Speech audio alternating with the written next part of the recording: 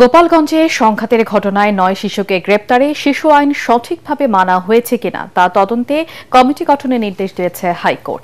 এদিকে ৫ নভেম্বরের মধ্যে কমিটিকে প্রতিবেদন জমা দিতে বলা হয়েছে।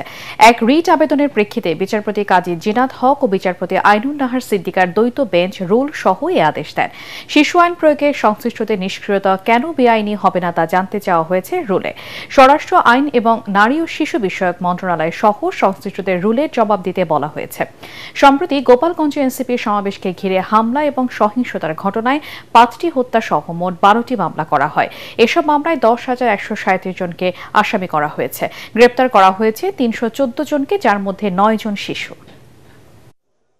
রুল নিশি জারি করেছেন এবং একটা ডাইরেকশন দিয়েছেন যে এই রেসপন্ডেন্টদের সকলকে একটা ডাইরেকশন দিয়েছেন যে একটা ইনকোয়ারি কমিটি করতে হবে এই শিশুদের বিষয়ে চাইল্ড অ্যাক্ট অনুসরণ করা হচ্ছে কিনা এবং তাদের বর্তমান পরিস্থিতি কি সেটা ইনকোয়ারি করে এই কোর্টে আগামী ৫ নভেম্বর সেই রিপোর্টটা দাখিল করতে হবে।